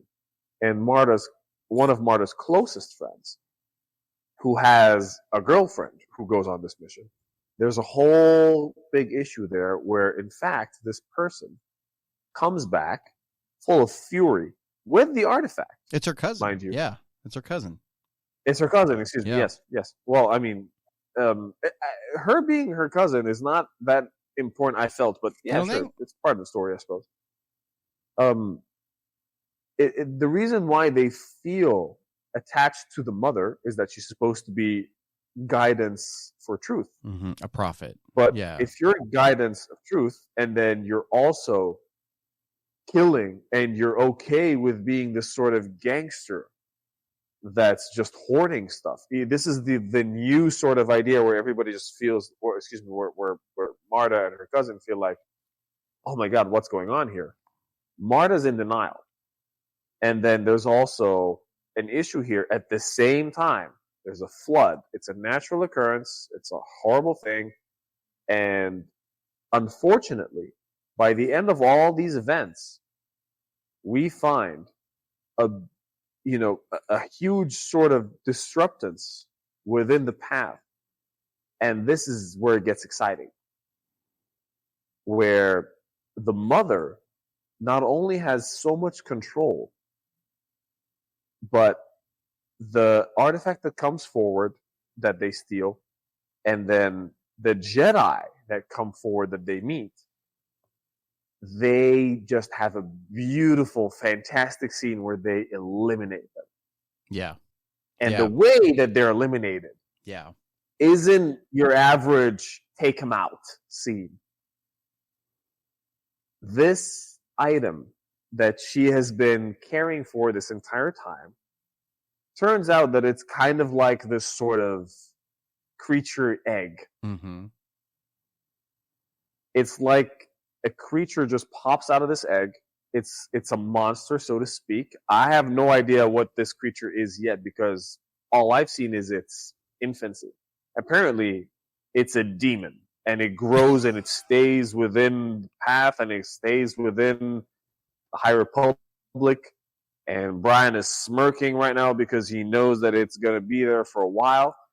So this thing is a demon, and it takes out both the young Jedi Kevmo and his master in horrifying sense. I've never seen this in Star Wars, and I can't believe that this is our story in Star Wars. You'd think that a monster this serious would be later, not earlier. Does that make sense? Yeah.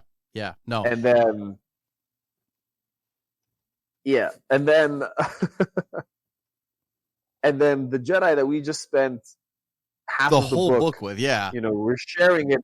And so Brian literally just said, like, so you see now why you're not supposed to get attached to characters. I just spent half of the book reading in between two primary perspectives, Marta and Kevmo. Yeah. All of a sudden, Kevmo's gone. He's not just dead, he's gone. Yeah. When you read the book and you actually understand how gone he is, it's pretty damn gone. The man, not just physically, he's gone. Yeah. So Yeah, this thing, this creature, so far I haven't read far enough to know if they truly have a name yet. But they're called the Nameless. And so the mother just refers to it as the Leveler. She just refers to it as the Leveler. And she uses this thing to kill the Jedi to make it look to her followers like the Force punished them for using the Force.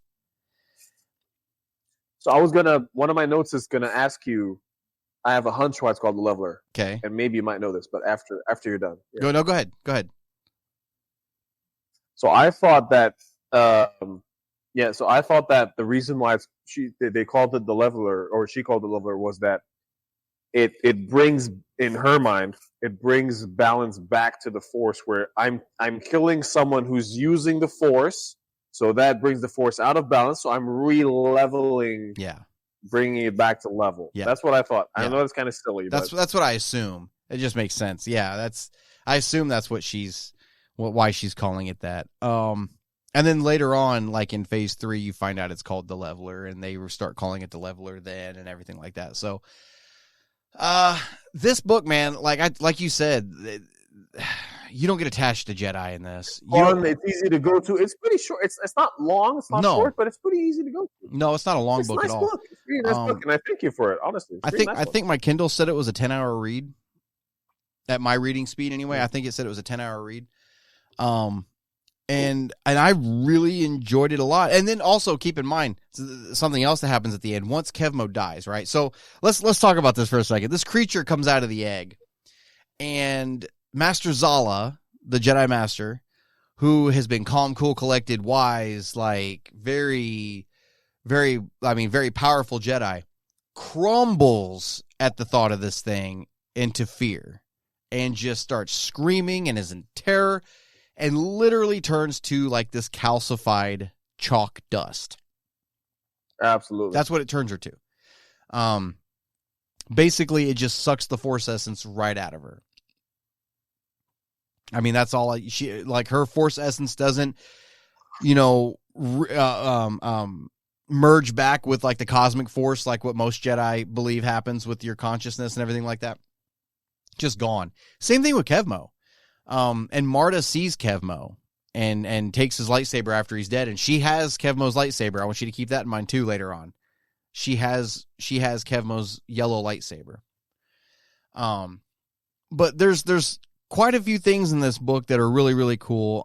You talked about Marta's cousin, Yana, right? It was Yana? I believe it was Yana.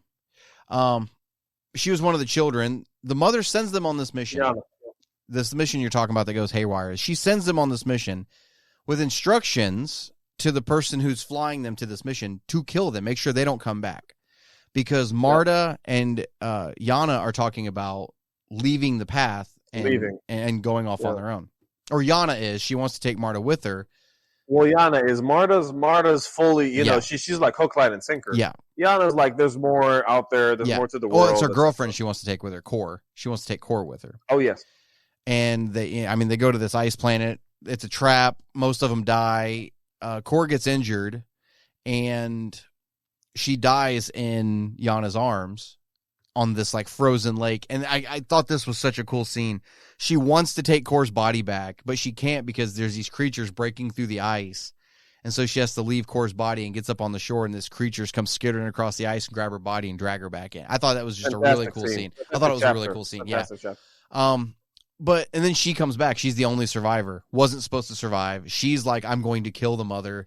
I'm going to kill her for everything she's done. Blah, blah, blah, blah. It ends up not happening, obviously.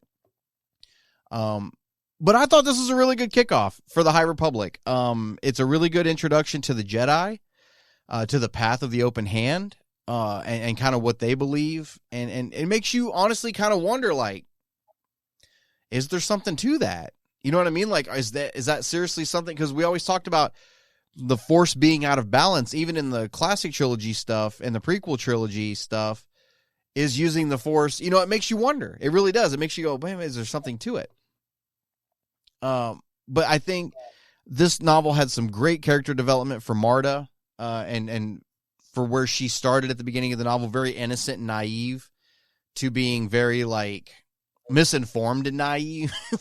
You know what I mean? Like, and so absolutely. Yeah. Absolutely. She's, like you said, she's bought into this cult hook, line, and sinker. And it's a really good start to what's going to happen. And I think it's some really good galaxy building. And like I said, nobody is safe in the High Republic. Nobody is safe. So that means, Usef, as we're going through these books, there's going to be shocking moments that happen, because you're 1 minute a Jedi's going to be fine, and the next Wookiee anymore, right? Because honestly, my favorite Wookiee seems to be the High Republic Wookiee. It's not actually Chewie, because honestly, Buryaga? When I love Buryaga? I read a little bit about that Wookiee in the High Republic, I was like, "Whoa, he must be amazing." Buryaga's pretty cool. And then, Buryaga's pretty cool. I'm not going to say anything. You're not getting anything out of me. You're not getting anything out of me with Bury. To finish off what you're saying about the book, about Path of Deceit, the way it finishes, the Jedi, these two Jedi are dead. They're just dead. They don't even get like. Yeah. It's not even like, oh, there's a signal beacon to help us here. There's none of that. They're just dead. Yep. And then the epilogue of the book is that somebody from the Jedi goes to be like, well, these guys haven't checked in forever. So let me try to find them out where they are. He goes into the tunnels. He literally finds the remains. The path is gone because they've already moved on to another planet, another area, another city. He has no idea, right? Yep. So it's a very interesting book. It is. In the way it finishes. But what I'm going to say is, I want you to keep Aslan exactly Drell this in point mind. that you were just saying about the Force. As two people that love the Force, that love what it does for Star Wars and for our imaginations. Mm-hmm. What I was going to say is, they have a point. If I'm not entirely sure about the physics of the Force in Star Wars, obviously. Yeah. So hopefully, by the time I keep reading with the High Republic, I'm going to understand. So I'm not trying to make a case here. I'm just going to say my impressions. Okay. They have a point, because if I've experienced Star Wars episodes 1 through 9, and I've seen the Clone Wars and Rebels, and I've seen a few other films and Mandalorian and everything, the most important thing about the Force is that there has to be a balance. Mm-hmm. Now, this Force that you use, sure, you use it and you grow with it, and it's fantastic, and you do with it what you can because you can manipulate it to help you within your surroundings. It's not that, oh, look at that, let me pull that over here. It's not a magic wand in Harry Potter land. It's more like, I am altering the beings around me. I'm altering the physics of the space around me to make this move here. I'm making this guy think this if I'm doing a Jedi mind trick. So for these guys to say, for the path basically to say, well, this basically means that you are manipulating it so much that there has to be a kickback somewhere else. Yeah. Isn't this exactly what it means when we say that there's so much light that darkness has to rise to meet it, or the other way around? I don't know. That there's so much of darkness that Rey came up to become Rey because light has to create a certain light to rise up to meet the dark. I don't know. Yeah. I don't know. Yeah. I don't know. Did you being coy? I don't know. Okay. There might be something to that. I don't know. I don't know yet. But this I was going to tell you, this guy at the end, Aslan Rell, that pops up, this Jedi that comes and finds them. I want you to remember him because he. I thought he was just some guy that I'm going to see later. You will see him later, but I cannot wait for you to find out what happens to him because you don't even find out until Phase 3. If I'm not mistaken. I think it's Phase 3. Maybe it's Phase 2. I don't remember. But anyway, yeah, just wait. I think Aslan Rell is one of the coolest characters in the High Republic. Oh. Moving on, because of what he ends up doing. I love his name. I love Aslan. He's very cool. So I just want you to remember him. Keep him in mind. I was really happy to see him pop up in this, and I was just like, oh, that's cool. So that is the Path of Deceit. The next book we're going to be talking As about. soon as you hear Brian say that, you need to know that the next novel, Aslan gets decapitated like a guillotine or something. The next one is called Convergence. And Convergence. Yes, I've got it revved up and ready. So Convergence is going to be a fun book. It has nothing to do with this one just yet. But it is going to come back circling. Remember I told you we were going to see Axel Greylark again? And the Jedi with the 2 lightsabers, the one he was going to lift or whatever. They're going to pop up in this book. And I really enjoy Convergence a lot. I think it's a really great book. Thank you for telling me that. That makes me excited to read it again. So this is the first main book of Phase 2. So you could read this and then the main book for the second one and basically know what happened. But this is the first of the main novels for Phase 2. So I'm really excited to get into Convergence. I can't wait to see your thoughts. I hear your thoughts on it because, like I said, it introduces you to 2 new characters on 2 planets. You know how, and just a quick forward thing. It's not spoilers or anything. If you look at the beginning of Path of Deceit, it said that there was a forever war going on between Aram and Irono. This is what the story is. That's what this book is. It focuses on that forever war. And it's really cool. So that's why I said it's like almost in parallel. Yes. And what's cool about this planets is they're like a binary planetary system. So it's Iram, however you say it, and Irono. Irono is like all rocks and desert and mountains, and Iram is all ocean world. But they're both tidally locked to each other, and they both share a moon. So it's really cool. But these 2 planets are in a war with each other. So it's a really cool dynamic and a really cool system. I can't wait for you to start reading it and get into it. I couldn't wait. I'm very excited. I'm like 4 chapters into it already. I couldn't wait. I wanted to read it again. So, it's going to be a lot of fun. No, very excited. So we have that to look forward to for the next episode. We'll talk about our thoughts on that. Let's get into the final part of this episode. We've already been going for coming up on an hour and a half here pretty soon. Mailbag questions. We've got mailbag questions this episode, guys.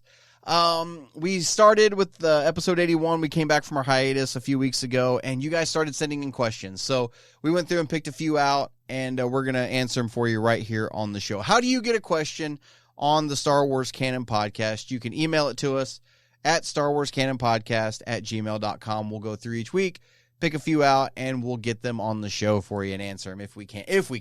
We haven't found one yet that we actually had no idea, we just didn't know. We had some that were like, well, it could be, but we don't know yet. So, but anyway, let's get into some of these, Usef, and I'm excited to hear your thoughts on a couple of these. We have 3 questions this week.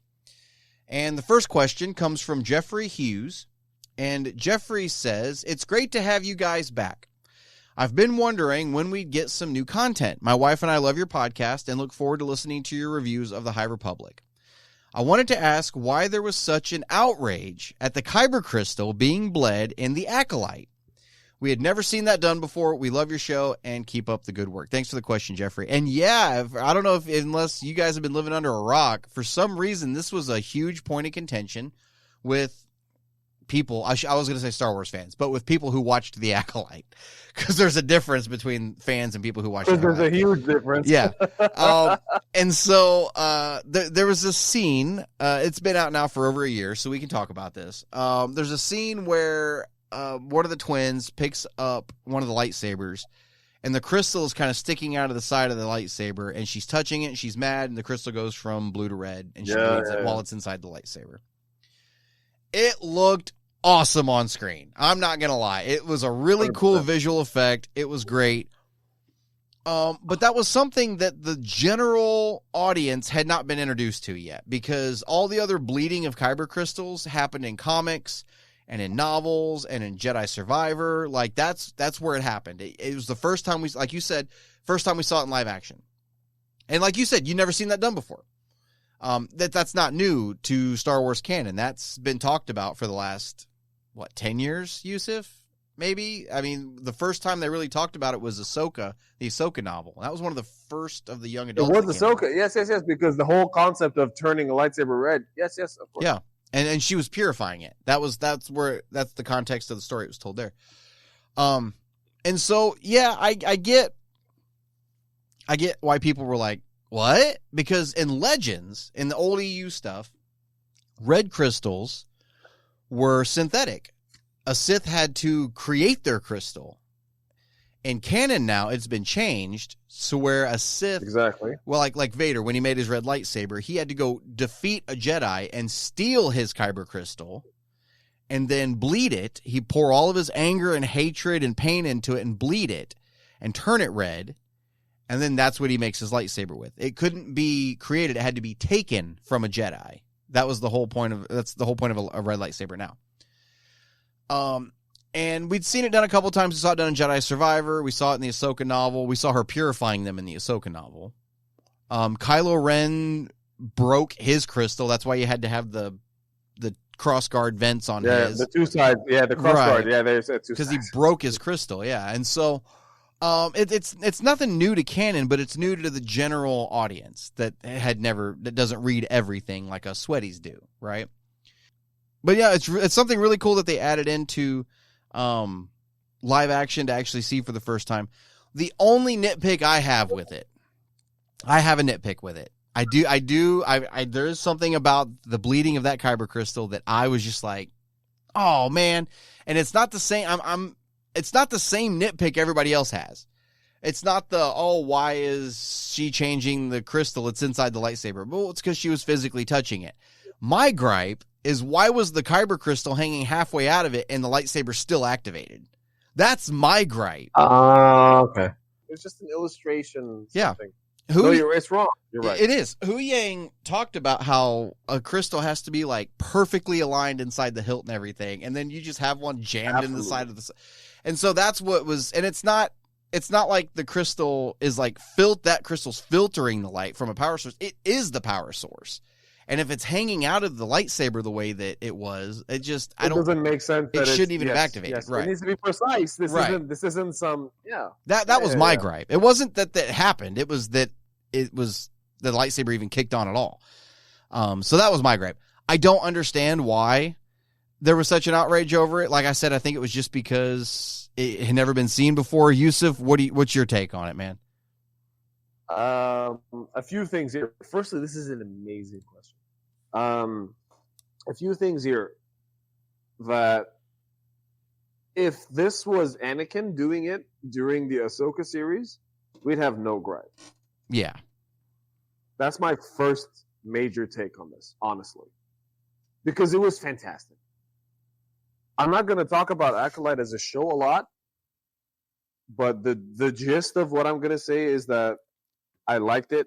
It was really good. I'm really sad that we're not going to get a lot more of it, because Acolyte wanted to showcase the going into the dark side, as in why people go into the dark side, as in why Force users would go into the dark side. So they chose like a Force using cult-ish sort of vibe, and this family of Force users had such a divergent pair that were fantastic and talented and amazing, and then one of them just went to the wrong side. And that's the whole thing. Is it the wrong side? Is it not? Etc. So another part of the question actually hints to something else, which I like, is why, for me, I would listen to why is the dark side, why are we using lightsabers? Why are we using, crystals? So yes, laser swords, as in lightsabers. We're going to use them to make fantastic weapons, and they're going to turn red eventually. The whole point for me to see this in the first place is to see why this whole genre of villain is able to have such a symbolic weapon.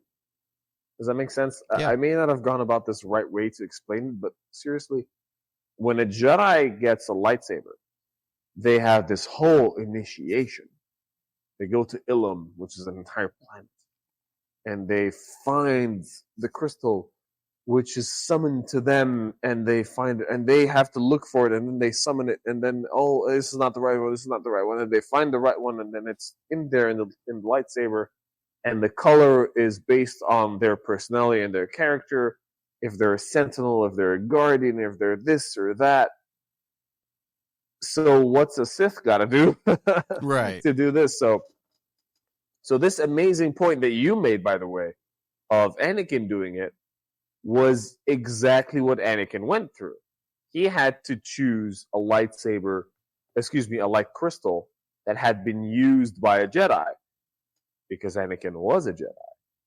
Because Anakin had to turn from a Jedi to a Sith, and therefore the crystal had to be bled from the lightsaber of a Jedi to that of a Sith. Personally, in the same way that I sort of think like, well, there's a reason when we talk about the path of deceit and the path thinking like, well, there has to be a balance of the Force, well, it has to be this and that. In the same way, I would think, well, if I'm a Sith, up-and-coming Sith, and I want a light crystal, I don't necessarily have to be a person that's taking a used lightsaber, not used in a bad way, just used as in like it's already used for the light side, and bleed it to make it bad. I can just use a normal or any light crystal, a kyber crystal that can be used for my lightsaber, and turn that into a red one, but bleed it in the same way and turn that. So there's a huge thing here because this is new. And I think that's the major reason that there's huge discontent, Yes. so to speak, about this. Because, so firstly, Acolyte was hated. So anything that is in Acolyte will be double hated. But if I'm going to... Right. Honestly, No, you're not wrong. Frank. You're not wrong. You're not wrong. Yeah. So that being said, let's actually talk about the concept that you're talking about, is this kyber crystal. You're going to talk about kyber crystals being a Sith's weapon, which it is. You can go about it in a few different ways. And now we're only getting a gist of what, of how a Sith may have done it. So, for example, how did Count Dooku, who was a Jedi and then turned Sith, make sure that his lightsaber became red? Did he use his own crystal? Yeah, I would say so. He seduced his own crystal, and he communed with the Force, and he was like, this is my crystal, and this is what we feel. You've been with me now for years and years, and we've served the light, and we've done this and that, and now I feel this. And what if the crystal rejects him? And he throws, or maybe the crystal accepts him, and he's like, yeah, of course, this is mine, this is my crystal, it's my lightsaber. I'm the same way as I was. As a matter of fact, you want to know how serious I am? Brian, my Jedi friend, you see this? And then it's my same hilt, it's my same crystal, and you can feel it with your Force, and it's now red. That's how serious I am. That's fantastic. Or you could be like, you can't turn a crystal red. You got another crystal, you poured your hate. That's how serious you are, Count Dooku, in doing that. There's different paths to go down here for the possibilities.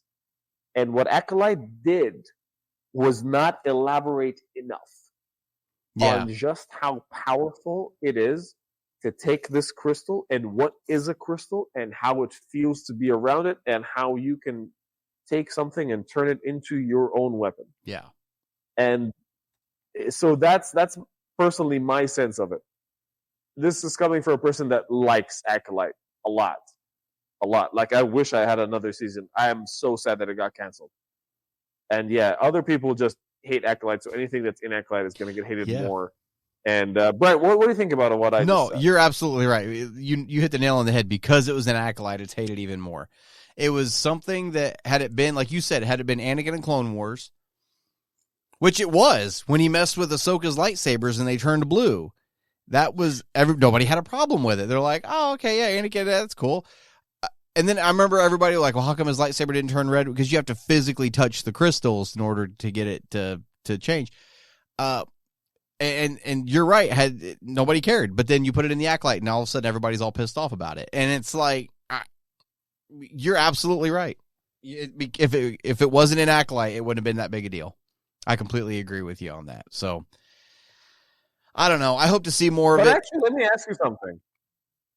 Would you mind if I interrupted you and ask Go you for it. So, one of my favorite things is from this podcast. One of my favorite things from experiencing this podcast with you was when you told me, like, you gotta read Master and Apprentice from Obi-Wan and Qui-Gon, because when you read it, you see Obi-Wan fiddling with his lightsaber, pulling it apart, cleaning it, putting it back together. But he's in a setting where other people are around him, so he has to explain. This is what's going on. This is how it does. This is what this part is with that. Essentially, that scene is what led everything. I mean, the whole lightsaber building structure in Disneyland, in Jedi Fallen Order when it first came out. Right? Am I right? No, yeah. So if you, so that little descriptive half chapter or half passage, whatever, when you read that, when you think back to that passage, and you think again to how you ought to see a Sith explain his lightsaber, what would you like to see?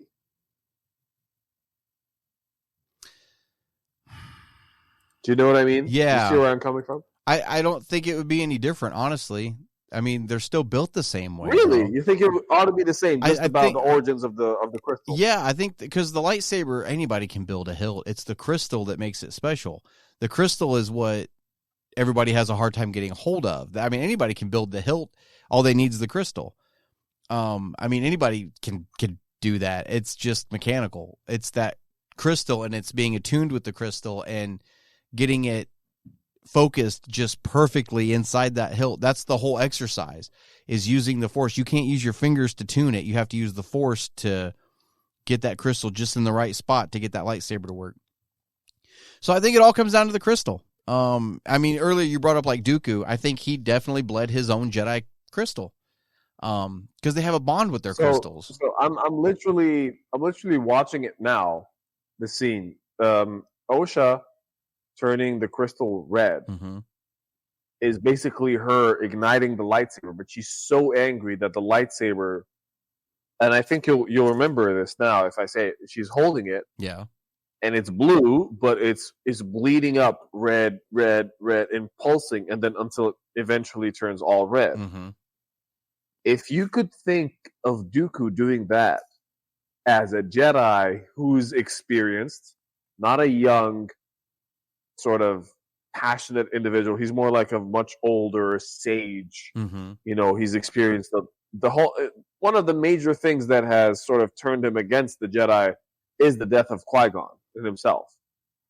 He had already been having conflicted feelings before the death of Qui-Gon. But imagine an old sage just holding his lightsaber, being so angry, and just looking out there and feeling with the Force, and then his lightsaber just going red.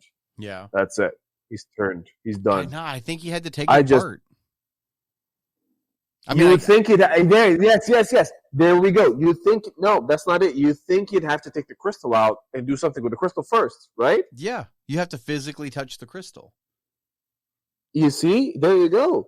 So that's a completely different vision of how. Yeah. Just you and I now, just verbally sort of talking about this would have sort of.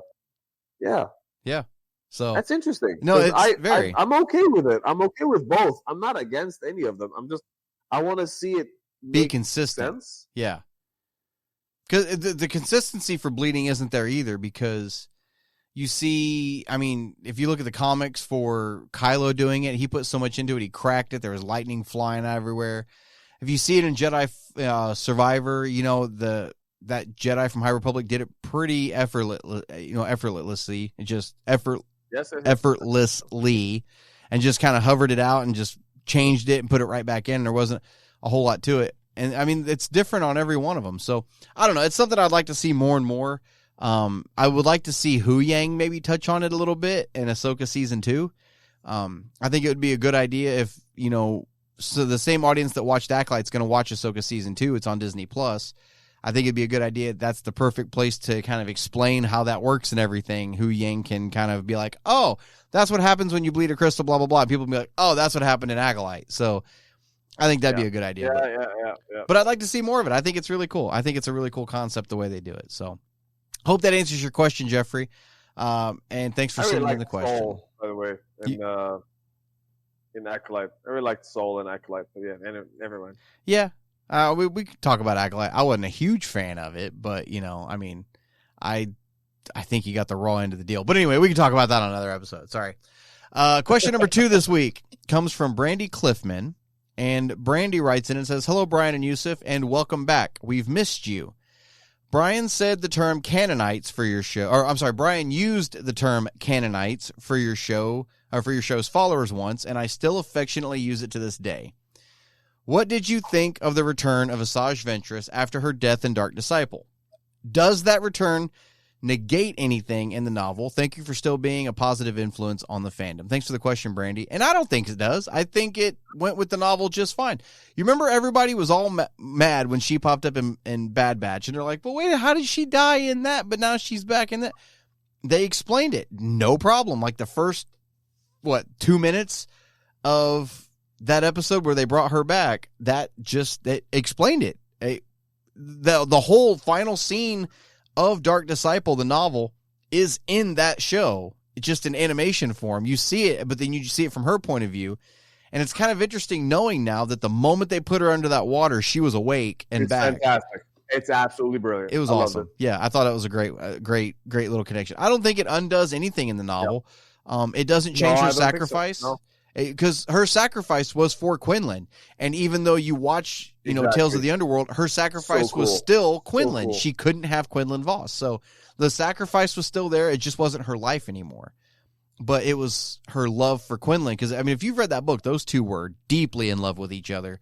And that was worse than death, in my opinion, was losing somebody that close to you. So I don't think it negates anything. I haven't finished Bad Batch, but Asajj Ventress in Bad Batch is fantastic. That's one of the primary reasons why I haven't talked about me watching Bad Batch yet on Star Wars Canon Podcast, because seriously, I need to rewatch it again. It's been a while since I watched the first 3 seasons. I haven't even finished the first 3 seasons, let alone the last couple of seasons. Yeah. Asajj Ventress is one of my favorite characters. She's a character that I think... I'm a huge fan of video games, and I know that there's a reasonable level of having small, medium, and large games. Asajj Ventress fits the boxes to make a small game, a medium game, a large game. She is brilliant. Not just because she's dark, and I love dark and evil characters. She's not that dark. She's actually got a mission that's different to being dark. Mm-hmm. Accomplishing something at any towards using any means is different to being someone who just wants to radically eradicate everyone. Yeah, she's really different. She's fantastic. Anyway, enough fandom about her. Everything Brian said obviously is fantastic. Ventress is one of the characters with the least complications around her. Mm-hmm. She's really cool. What I didn't like was, her lightsaber turning golden, because that's a whole different thing for me personally. Mm-hmm. But no, she's a very interesting character, and we ought to talk about her origins more, and then you'd understand where she ends up more. Yeah, that's how I say it.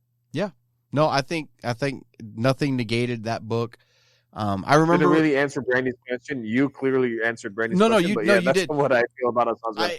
I remember when that trailer came out for Bad Batch and it showed Ventress in it, and everybody was like, "Well, I guess I'm throwing this book away." And it was people putting videos on Facebook of them taking the book off their shelf and throwing it away. And I'm like, "No, just wait," because they said they're going to explain how she came back. Yeah. Like, what the heck? And so it did. In a way, I could see how somebody could argue, "Well, that was a retcon." I get how it looks like that, but they obviously had a plan to bring her back. They said right off the rip, we already know about Dark Disciple. There's a plan. Just wait.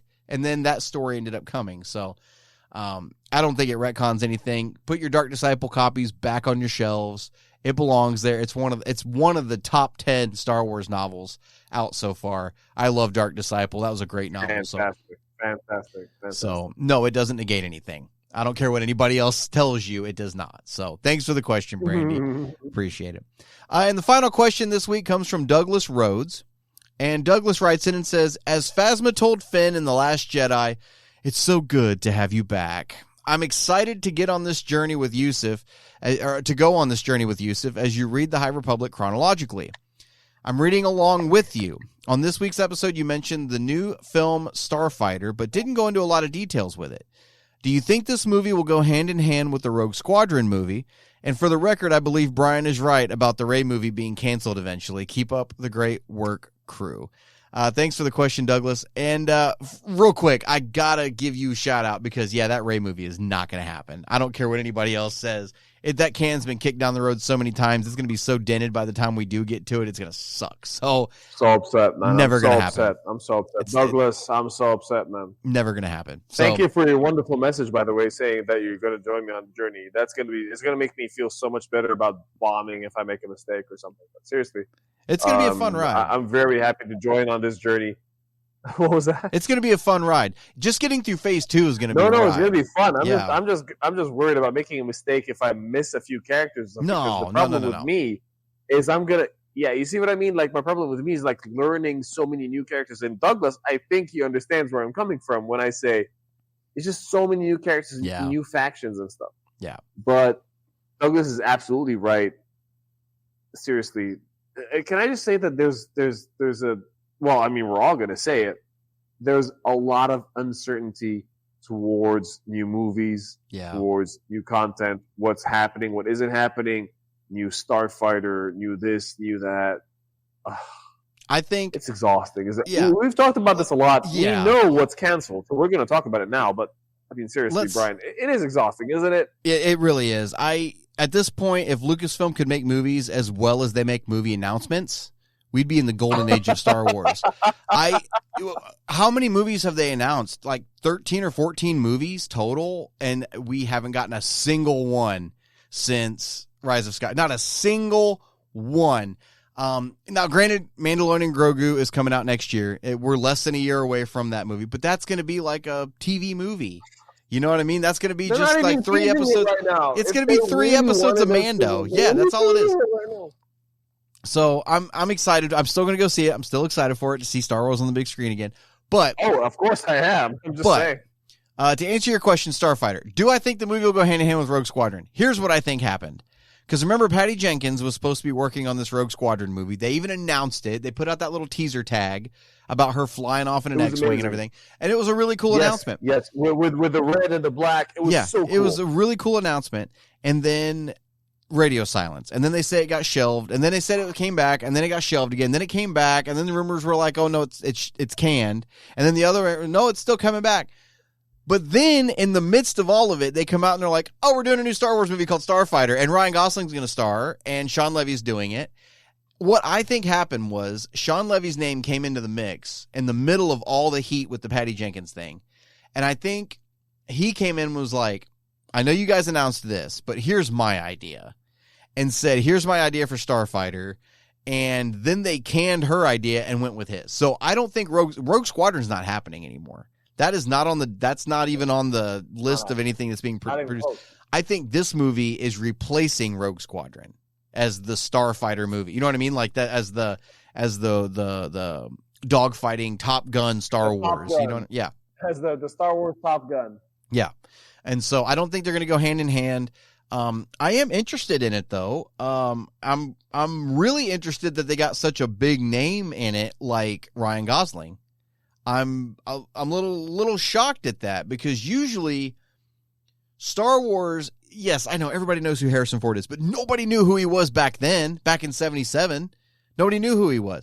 Star Wars has always been a playground for new names and new actors and new actresses. Yes, I will say this. The original Star Wars did have Alec Guinness. That was a huge name back in the 70s, 60s and 70s. And Peter Cushing. That was two huge names. a sort of limited role. It was a great role at the time. I understand. Very I'm limited. just saying it's not one that's super Yes. active. But to have your main title character, I'm assuming he's going to be the main character of it, to be that big of a name, that's kind of different for Star Wars. And I'm not against it. I'm just shocked a little bit that they went with a name that big, but I'm not against it. I'm kind of curious to see where this is going to end up going. And I think, is that the movie slated for 27? I think that's the movie for 2027, isn't it? I believe it is. I think they said it was coming in 2027. Let's find out. I'm going to find out. Starfighter release. Oh no, not the game. I know that came out in 2021. Yeah, it's 27. It's coming out in 2027. So yeah, it's set up right now for May 28th, 2027. So we're like a year, just shy of 2 years away from it. And then I think, correct me if I'm wrong, but aren't we getting close to that Dave Filoni movie that's supposed to be happening with Thrawn and all that? Oh, heck. I hope so too. So, yeah, we don't have a lot of details on Starfighter just yet. Let's get through Mando and Grogu before we try getting into Starfighter. I'm sure we'll get some info here in the next year about it, and we'll start seeing some stuff. So, but thanks for the question, Douglas. Do appreciate it. Guys, I think that does it for this episode. Usef, do you have anything you want to add before we sign off for the week? Honestly, I can't wait to dive more into High Republic. I'm so happy that Douglas came in and was like, "Yeah, let's join in." So thank you, Douglas, for your message, and we hope that you all continue to enjoy the Star Wars Canon Podcast. Please, please, please get in touch with us. Tell us everything that you want to hear, what you don't want to hear. If you think that I'm an ass and I don't deserve to be on this thing, please just tell me what you'd rather have me do. And Brian, may you remain our master and commander, our Grand Master Jedi, as always. Oh, I don't know about all that.